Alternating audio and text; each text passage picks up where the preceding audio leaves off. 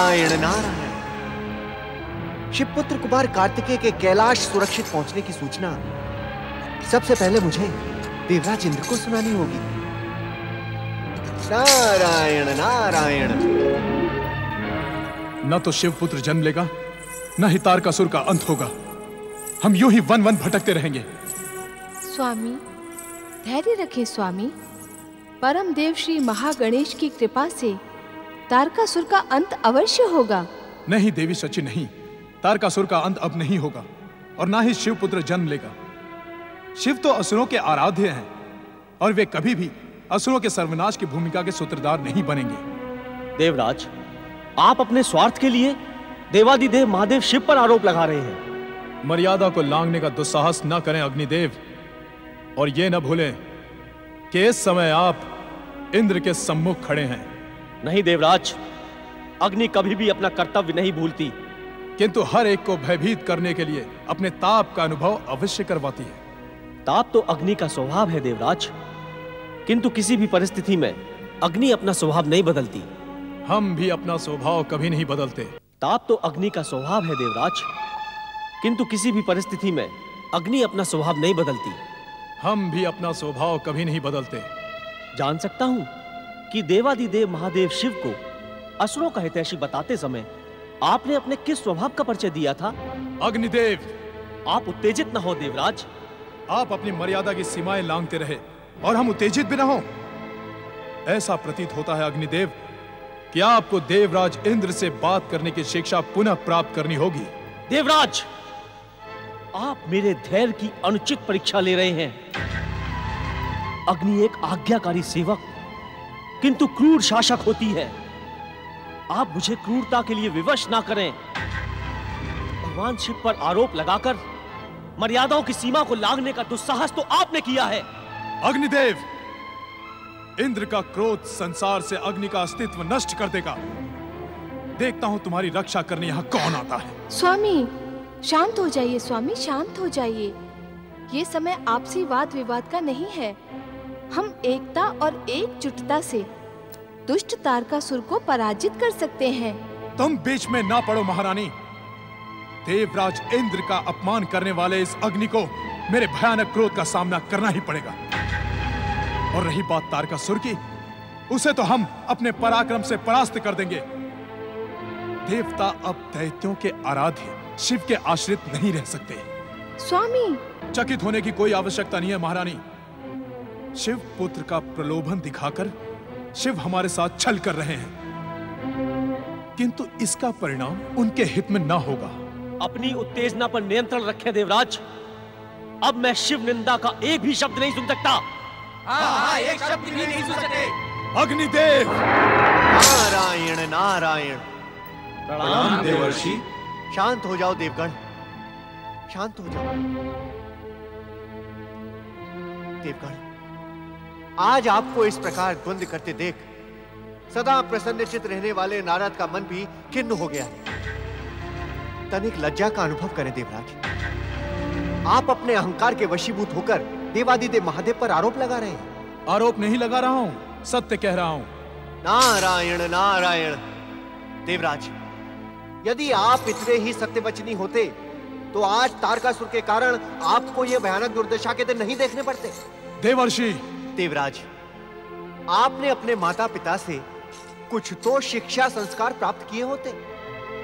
आपने देवादिदेव महादेव पर आरोप लगाकर कैलाश पर जाने का अधिकार खो दिया। नारायण नारायण। देवताओं के संकट के अंत की मैं जो शुभ सूचना लेकर यहाँ आया था, ऐसा प्रतीत होता है कि उससे भी देवताओं का कुछ भला नहीं होगा। संकट की इस घड़ी में हमें आपका ही आश्रय है देवर्षि। देवर्षि, आपकी उपस्थिति सदा कल्याण और मंगल की प्रतीक मानी जाती है। कृपया बताएं, देवताओं के संकटों के अंत का आप क्या संकेत कर रहे थे? देवर्षि, देवराज इंद्र की उत्तेजना को अन्यथा ना ले। वास्तव में तारकासुर के भयानक अत्याचारों ने हम सबको भ्रमित कर दिया है। हमें क्षमा करें देवर्षि, हमें क्षमा करें। स्वर्ग संकट के अंत का उपाय बताएं। देवर्षि, जब तक आप हमें और देवराज को क्षमा नहीं करेंगे, हम आपके चरण इसी प्रकार पकड़े रहेंगे। नारायण नारायण। देवराज, हमारे क्षमा करने के पश्चात भी आप कैलाश लोक में प्रवेश नहीं कर सकेंगे। भगवान शिव का अपमान करने के कारण अब आप किसी भी दिव्य लोक में प्रवेश नहीं कर सकेंगे। स्वामी, अपनी उत्तेजना की क्षमा याचना करें।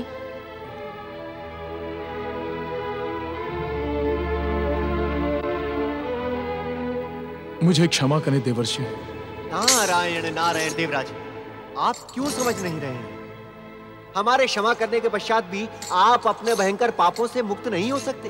कोई ना कोई उपाय तो अवश्य होगा। आप हमारा मार्गदर्शन करें देवर्षि। नारायण नारायण। हाँ, एक उपाय है देवराज। यदि आप अपने पिता ऋषि कश्यप के आश्रम में जाकर निरंतर शिव आराधना करें तो आपको अपने इस भयंकर पाप से मुक्ति मिल सकती है।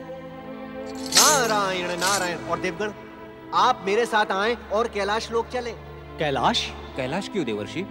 नारायण नारायण। श्री महागणेश की लीला और देवाधिदेव महादेव की कृपा से तारकासुर का अंत करने वाला शिवपुत्र कुमार कार्तिकेय अपनी आयु के 10 गुप्त वर्ष कृतिकाओं के नक्षत्र लोक में बिताकर कुछ ही क्षणों में नंदी एवं शिवगणों के साथ कैलाश लोक पहुंचने वाला है। शिवपुत्र कुमार कार्तिकेय की जय! शिवपुत्र कुमार कार्तिकेय की जय! शिवपुत्र कुमार कार्तिकेय की जय! नारायण नारायण। देवाधिदेव महादेव का अपमान करने के कारण देवराज इंद्र तो कैलाश जा नहीं सकते। अतः आप देवगण मेरे साथ कैलाश लोक चलकर भगवान भोलेनाथ एवं माता पार्वती से तारकासुर की दुष्टता के अंत की प्रार्थना करें। मेरे लिए क्या आज्ञा है देवर्षि? देवी शची, पति का कोई भी कार्य पत्नी के सहयोग के बिना अपूर्ण रहता है। अतः मेरी आपसे यही प्रार्थना है कि आप भी देवराज इंद्र के साथ जाकर भगवान भोलेनाथ की निरंतर आराधना करें। आपकी सभी मनोकामनाएं पूर्ण होंगी। नारायण नारायण।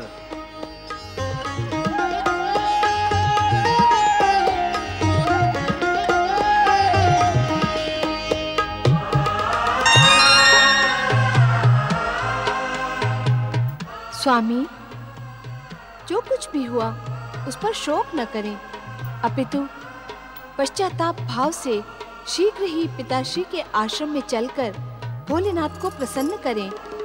वो भोलेनाथ हैं, हमारे अपराधों को अवश्य शीघ्र ही क्षमा कर देंगे। आप सत्य कह रही हैं महारानी। चलें, अब विलंब करना अनुचित होगा। ओम नमः शिवाय। पुत्र, प्रश्न जय या पराजय का नहीं है, प्रश्न नैतिकता का है। यदि तुम देवता और देवराज होकर नैतिकता का आचरण नहीं करोगे तो तुम में और असुरों में अंतर ही क्या रह जाएगा? क्षमा पिताश्री, अपनी उत्तेजना का मुझे घोर पश्चाताप है। क्षमा मुझसे नहीं, भोलेनाथ से मांगे। तुमने उनके प्रति घोर अपराध किया है पुत्र। अवश्य पिताश्री। पुत्र, कश्यप आश्रम के इस क्षेत्र में तुम्हारी विमाता दिति कभी नहीं आती। तुम निरंतर यहीं पर शिव आराधना करके महादेव शिव शंकर को प्रसन्न करो। वे आशुतोष हैं, तुम्हारे अपराधों को क्षमा कर देंगे। पुत्र, अपना मन शिव भक्ति में पूर्णतया समर्पित कर दो। महेश्वर की कृपा से तुम्हारे समस्त कष्टों का अंत हो जाएगा। अवश्य पिताश्री। पुत्र वधु शची। आज्ञा माताश्री। इंद्र में धैर्य की कमी है, किंतु तुम एक क्षण के लिए भी इसे भ्रमित ना होने देना। जो आज्ञा माताश्री। अब तुम दोनों देवाधिदेव महादेव का स्मरण करते हुए शिव आराधना का प्रारंभ करो। आओ।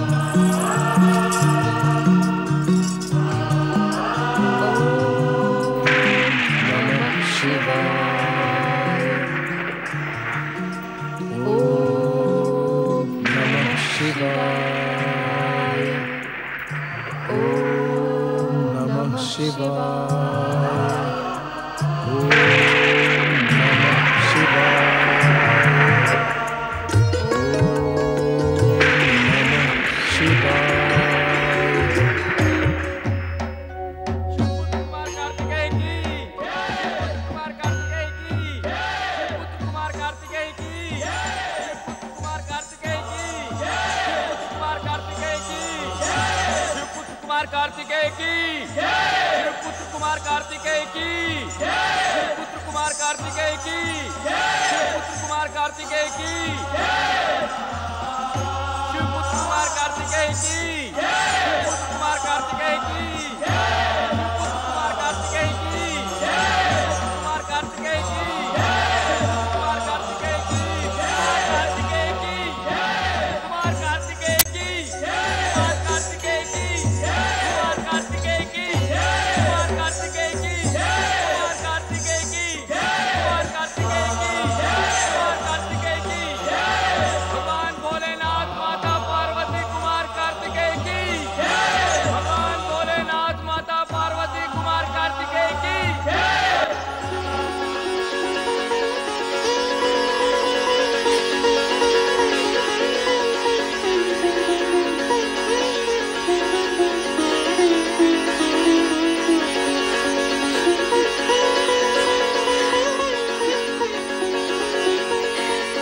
माता,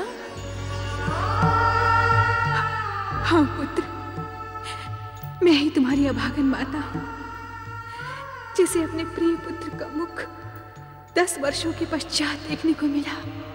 संभवतः नियंता ने मेरे विषय में ऐसी ही नियति निश्चित की है। इस कारण आप स्वयं को दोषी न ठहराए माता।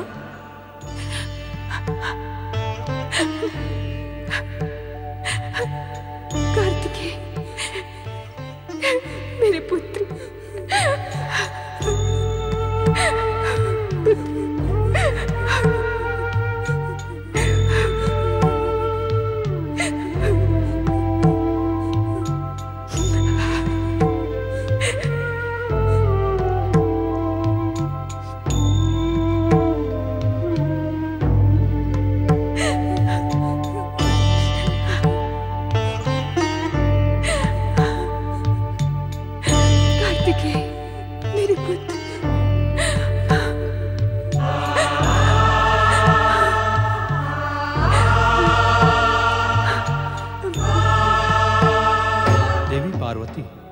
मां के निस्वार्थ प्रेम के सम्मुख पिता का प्रेम तो मात्र दिखावा है। क्या आप अपने पुत्र से मेरा परिचय नहीं करवाएंगे? पुत्र कार्तिकेय, ये तुम्हारे पिता हैं, देवाधिदेव महादेव। इन्हें प्रणाम करो पुत्र।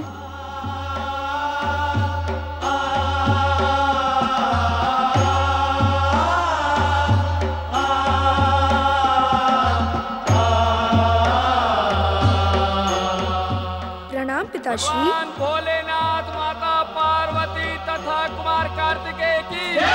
भगवान भोलेनाथ माता पार्वती कुमार कार्तिकेय की। भगवान भोलेनाथ माता पार्वती कुमार कार्तिकेय की। माता, यदि आपकी आज्ञा हो तो हम कुछ निवेदन करें। अवश्य नंदी महाराज, तुम्हारे इस उपकार को मैं कभी नहीं भूलूंगी। तुमने मां को अपने पुत्र से मिलवाकर महान उपकार किया है। तुम्हारे इस ऋण को मैं कोई भी मूल्य देकर नहीं चुका पाऊंगी। नहीं नहीं माता, आपकी सेवा करना तो हमारा धर्म कर्तव्य है। कहिए नंदीश्वर, क्या कहने के इच्छुक थे आप? माता, जिन 6 माताओं ने कुमार कार्तिकेय का पालन पोषण किया है, उनकी भावनाओं को आहत करके हम कुमार को यहाँ तक ला पाए।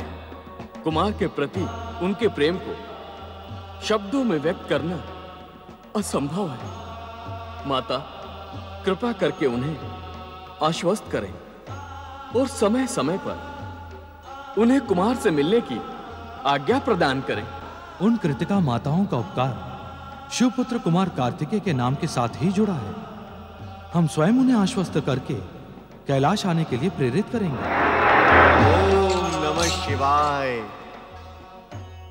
भगवान भोलेनाथ माता पार्वती और कुमार कार्तिकेय की। भगवान भोलेनाथ माता पार्वती और कुमार कार्तिकेय की। हे भोलेनाथ, इस समय सारा संसार तारकासुर के अत्याचारों से पीड़ित है। इस पीड़ा से मुक्ति आपके अतिरिक्त अन्य कोई नहीं दिला सकता। देवर्षि, अब वो शुभ अवसर आ गया है। देवताओं, आज्ञा करुणा निधान। हम भली भांति जानते हैं, स्वर्ग के सुख और ऐश्वर्य से दूर रहकर देवराज इंद्र खिन्न और विक्षुब्ध हो गए हैं। अपनी खिन्नता और उत्तेजना के कारण ही उन्होंने हम पर आरोप लगाने का दुस्साहस किया। देवराज इंद्र को क्षमा करें महेश्वर। देवराज पर क्रोध करने से पूर्व हमें सदा उनके परम भक्त माता पिता का स्मरण हो जाता है। इसी कारण इस बार भी हमने उनके अपराधों को क्षमा कर दिया है, किंतु सत्य का ज्ञान कराने हेतु नारद को प्रेरित करके इंद्र पर जो बंधन लगाए वो उन्हें भविष्य में बिना सोचे विचारे उत्तेजित नहीं होने देंगे। देवादिदेव महादेव भगवान शिव शंकर की, देवादिदेव महादेव भगवान शिव शंकर की। देवताओं, आप यहां वहां बिखरी देव सेना को एकत्रित करें। ब्रह्मदेव, श्री हरि विष्णु और स्वर्ग की सीमाओं से बाहर रहने वाली दिव्य शक्तियों का आह्वान करें कि वे कुमार कार्तिकेय को अपनी दिव्य शक्तियां प्रदान कर उसे समर्थ बनाएं। इस बीच यदि देवराज इंद्र, देवी शची हमारी भक्ति में समर्पित हो सके तो उन्हें हमारी कृपा अवश्य प्राप्त होगी। नारायण नारायण, जय जय शिव शंकर। हे देवादिदेव महादेव, आपकी कृपा ही कुमार कार्तिकेय को दुष्ट तारकासुर का वध करने की शक्ति प्रदान कर सकती है। प्रभु, देवर्षि का कथन उचित है। आपका संकेत मात्र ही तारकासुर के अंत का कारण बनेगा। स्वामी, हम सबकी प्रार्थना पर दया दिखाते हुए कुमार को संकेत दें। सूर्यदेव, तारकासुर जैसी दुष्ट शक्तियां बार बार जन्म लेती हैं। इसी कारण देवताओं को स्वर्ग से बार बार पराजित होना पड़ता है। कुमार को दिव्य शक्ति संपन्न बनाने के पीछे हमारा यही उद्देश्य है कि देव सेनापति कुमार कार्तिकेय के रहते देवताओं को स्वर्ग से पराजित ना होना पड़े। देवादिदेव महादेव शिव शंकर की जय, माता पार्वती की जय, कुमार कार्तिकेय की जय। हे दया निधान, आपकी दया और स्वर्ग की सुरक्षा के प्रति आपके महान विचार सुनकर हम धन्य हो गए। आपकी जय हो भोलेश्वर, आपकी जय हो। किंतु मैं आपके विचार से सहमत नहीं हूँ स्वामी। अर्थात मेरा नन्हा सा लाल विध्वंसक और भयानक शक्ति संपन्न दुष्ट तारकासुर से युद्ध कर पाएगा? देवी पार्वती, मातृ भावना और पुत्र प्रेम में तुम इतना अधिक खो गई हो कि तुम्हें अपने शक्ति स्वरूप का ज्ञान ही नहीं रहा। मैं कुछ समझी नहीं स्वामी। शक्ति स्वरूपा देवी पार्वती, क्या परम दिव्य शक्ति का पुत्र किसी दुष्ट शक्ति से पराजित हो सकता है? भगवान भोलेनाथ, माता पार्वती एवं कुमार कार्तिकेय की जय। भगवान भोलेनाथ, माता पार्वती एवं कुमार कार्तिकेय की जय। भगवान भोलेनाथ, माता पार्वती एवं कुमार कार्तिकेय की जय। स्वामी, कल्याण भव। तुम्हारे एकनिष्ठ पतिव्रत धर्म के पालन से मैं सदा प्रसन्न रहता हूं। परम देव श्री महागणेश की असीम अनुकंपा है तुम पर। एक क्षण के लिए भी अपना ध्यान हमारे आराध्य श्री महागणेश से न हटाना। स्वामी, अपनी इच्छा से इस संसार को आकार प्रदान करने वाले श्री महागणेश के परम पावन चरणों में जीवन का हर एक क्षण समर्पित करना हर जीव का कर्तव्य है। सत्यवचन देवी अदिति, तुम्हारे सदाचार, सत्कर्म और सद्विचार से प्रसन्न होकर मैं तुम्हें आशीर्वाद देता हूं कि तुम्हारे पुत्र अमरता के साथ साथ संसार में लोकहित और जन कल्याण के महान कार्य संपन्न करेंगे। स्वामी,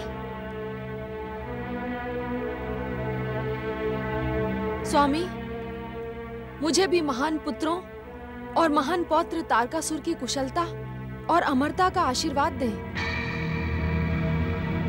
स्वामी, जो शुभ आशीर्वाद आप अपनी प्रिय अदिति को प्रदान कर सकते हैं, उसे मुझे प्रदान करने में संकोच क्यों? क्या मेरे अधिकार आपके जीवन में अदिति के समान नहीं है? अधिकारों की दुहाई न दें देवी दीति। कारण जान सकती हूँ? कारण तुम भली भांति जानती हो, किंतु आपके श्रीमुख से सुनकर अपने अनुमान को परखने की इच्छुक हूँ। दीति, जो संभव नहीं है वो आशीर्वाद कैसे दूं? यदि तुम अपने धर्म का निर्वाह करती तो महान से महान और दिव्य से दिव्य आशीर्वाद तुम्हें स्वयं प्राप्त हो जाते। किस धर्म का पालन नहीं किया है मैंने? अपनी छोटी बहन अदिति से ईर्ष्या, जिससे आश्रम का हर व्यक्ति परिचित है। अपनी ईर्ष्या और द्वेष के कारण तुम मुझे भी अपमानित करने में भयभीत नहीं होती हो दीदी? किंतु आज तो मैंने आपसे विनम्र प्रार्थना की है। प्रार्थना मुझसे नहीं, परम देव श्री महागणेश से करो। यदि उनकी कृपा हुई तो मेरे आशीर्वाद की आवश्यकता नहीं पड़ेगी दीदी। सत्य क्यों नहीं कहते ऋषिवर कि इस मोहिनी अदिति को प्रसन्न रखने के कारण मेरी उपेक्षा करना आपका परम पावन कर्तव्य है। आपने सदा मेरा अपमान किया है। पृथ्वी सम्राट दक्ष प्रजापति की ज्येष्ठ पुत्री होकर भी मेरे प्रति आपका व्यवहार सदा अपमानजनक रहा है। जानती हो क्यों? आज तक जानने की इच्छुक नहीं थी, किंतु आज अवश्य जानना चाहूंगी कि मेरी उपेक्षा का कारण क्या है। इसका कारण है तुम्हारे भीतर उफनता अहंकार का ज्वालामुखी, मेरे, अदिति और सर्वशक्तिमान परम देव श्री महागणेश के प्रति भयानक द्वेष, जिसका परिणाम है तुम्हारी कोई कामना कभी सफल नहीं हो सकती। उचित यही होगा मुझसे आशीर्वाद की अपेक्षा न करो दीदी। सत्य तो ये है कि इस महान जीवन को प्राप्त करके भी मैं अभिशप्त हूं। सब मुझसे द्वेष करते हैं। आप, अदिति और महागणेश तक का स्नेह मैंने आज तक प्राप्त नहीं किया। महागणेश भी मेरा हित नहीं चाहते। आज तक उन्होंने मेरे लिए कोई भी शुभ भविष्यवाणी नहीं की। इसका कारण जानने के इच्छुक हो तुम? जिस कारण को मैं भली भांति जानती हूँ, उसको जानने की इच्छा नहीं है। महागणेश मेरी विध्वंसक शक्तियों से भयभीत रहते हैं। ये तुम क्या कह रही हो दीदी? सत्य कह रही हूँ। महागणेश के आशीर्वाद के बिना भी जब मैं पातालवासी असुरों का आह्वान कर सकती हूँ, दैत्य माता दिति के संबोधन से सम्मानित हो सकती हूँ, तीनों लोकों के स्वामी तारकासुर की प्रेरणा बन सकती हूँ, तो यदि महागणेश का आशीर्वाद मिल गया तो क्या मैं उनकी सर्वोच्चता को चुनौती नहीं दूंगी? सर्वशक्तिमान परम देव श्री महागणेश के प्रति निंदात्मक वचन कहकर अपने सर्वनाश को निमंत्रण ना दो दीदी।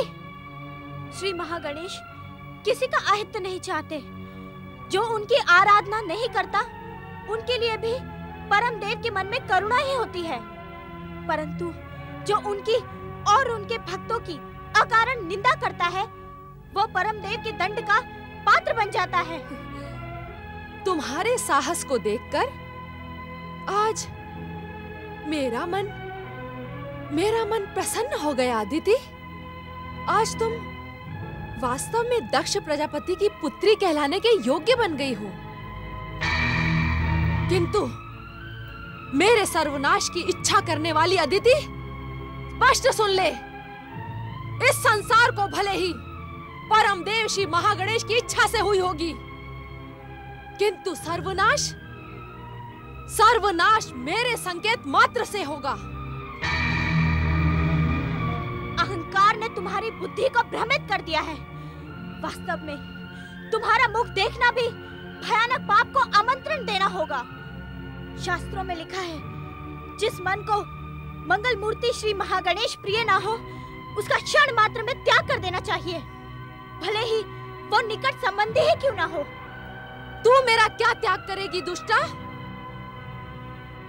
मेरा क्रोध आज तेरे सर्वनाश का कारण बनेगा।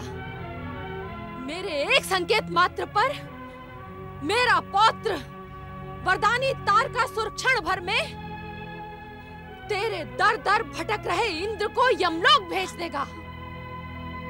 तेरा सौभाग्य कलंकित बनकर रह जाएगा अदिति, कलंकित बनकर रह जाएगा। जीवन भर में तुम्हारे मिथ्या अभिमान और अकारण ईर्ष्या शांत रहकर सहती रही। कि मैं व्यर्थ विवाद की इच्छुक नहीं थी। अपनी दीदी के प्रति असम्मान प्रस्तुत ना करने की कामना में मैंने तुम्हें सहन किया दीदी। किंतु किंतु किंतु क्या दीदी? बोल, किंतु क्या? किंतु किंतु आज मेरे आराध्य है परम देव श्री महागणेश की निंदा करके तुमने समस्त मर्यादाएं तोड़ दी है। अदिति, अपनी सीमाओं को लांघने का दुस्साहस ना कर, अन्यथा परिणाम तेरे हित में नहीं होगा। किस परिणाम की दुहाई दे रही हो तुम दीदी? तुम्हारे मन में ईर्ष्या की ज्वालामुखी, द्वेष के पर्वत, विद्रोह के महासागर अथवा घोर अंधकार के अतिरिक्त और कुछ है ही नहीं। और स्वामी की कृपा से मुझे ये विकार स्पर्श भी नहीं कर सकते। अदिति, मुझे उत्तेजित करने का परिणाम तू भली भांति जानती है। आज तक मैं तुम्हें सहती रही, किंतु आज शांत नहीं रहूंगी, क्योंकि आज शांत रह गई तो तुम्हारे साथ ही हम भी परम देव श्री महागणेश के दंड से अछूते नहीं रहेंगे। और उनकी निंदा करना और सुनना दोनों ही दंडनीय अपराध है। अदिति, एक शब्द भी बोले बिना चली जाओ यहाँ से, अन्यथा पति सेवा से आज तक जो पुण्य मैंने अर्जित किया है उसी की शक्ति से मैं तुम्हें शापित कर दूंगी। चली जाओ यहाँ से।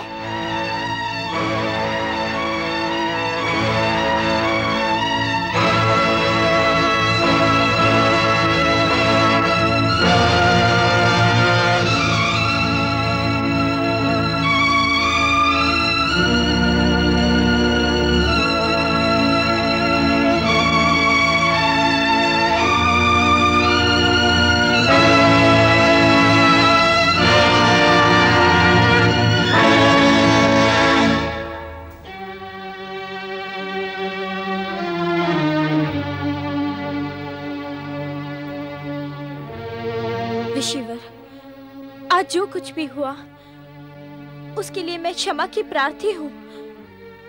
आप सदा मुझ पर कृपालु रहें। मुझे विश्वास है कि आप मुझे अवश्य क्षमा कर देंगे। क्षमा मांगने की आवश्यकता नहीं है देवी अदिति।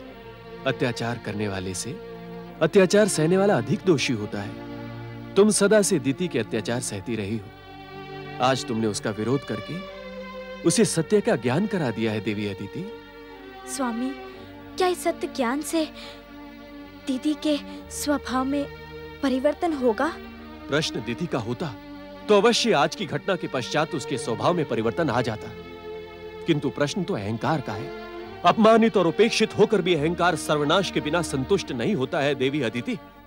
स्वामी, इस व्यर्थ वाद विवाद के कारण आज हमारी नियमित महागणेश की आराधना में कितना विलंब हो गया। भगवान भास्कर पश्चिम दिशा की ओर चल पड़े हैं। स्वामी, चलें, हमारे साथ श्री महागणेश की आराधना आरंभ करें। धन्य हो देवी अदिति, तुम धन्य हो, और धन्य है तुम्हारी परम देव श्री महागणेश के प्रति भक्ति। आओ।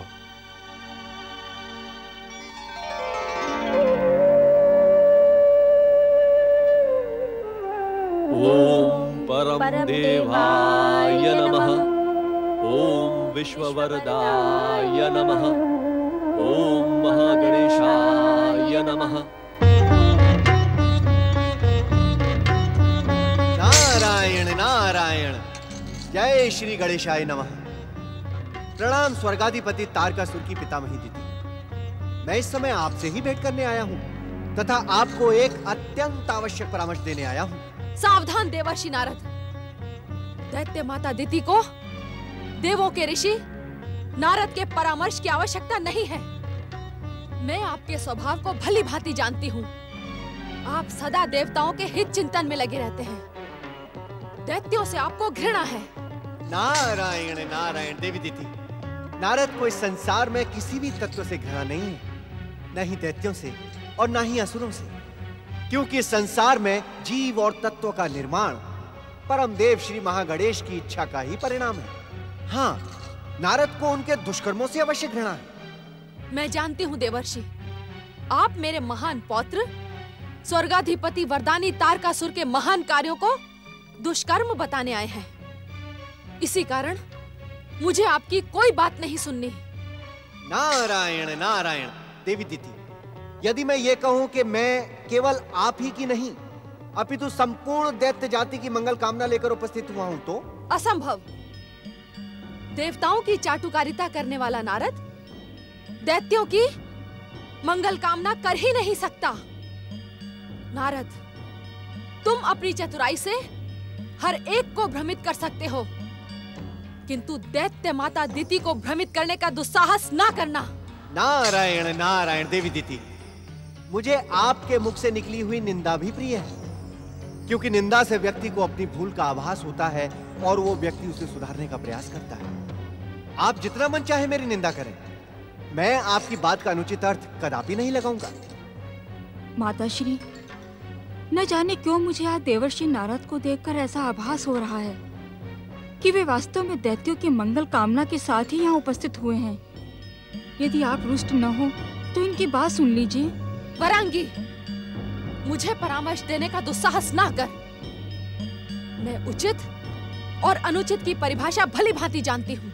नारायण नारायण, दैत्य माता के संबोधन से प्रसन्न होने वाली देवी दीदी, संभवतः संसार की आप पहली ऐसी माता हैं जिन्हें अपने पुत्रों की कुशलता का समाचार जानने की इच्छा नहीं है।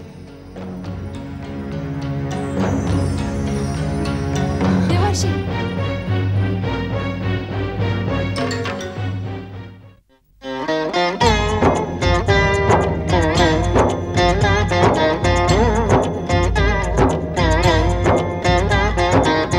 अर्थ समर्थ ये इनसे जीवन, यही है करता यही है कारण। अर्थ समर्थ ये इनसे जीवन, यही है करता यही है कारण। सारे जगत के भाग्य विधाता, दुख हरता ये है सुखदाता। श्री गणेश श्री गणेश श्री गणेश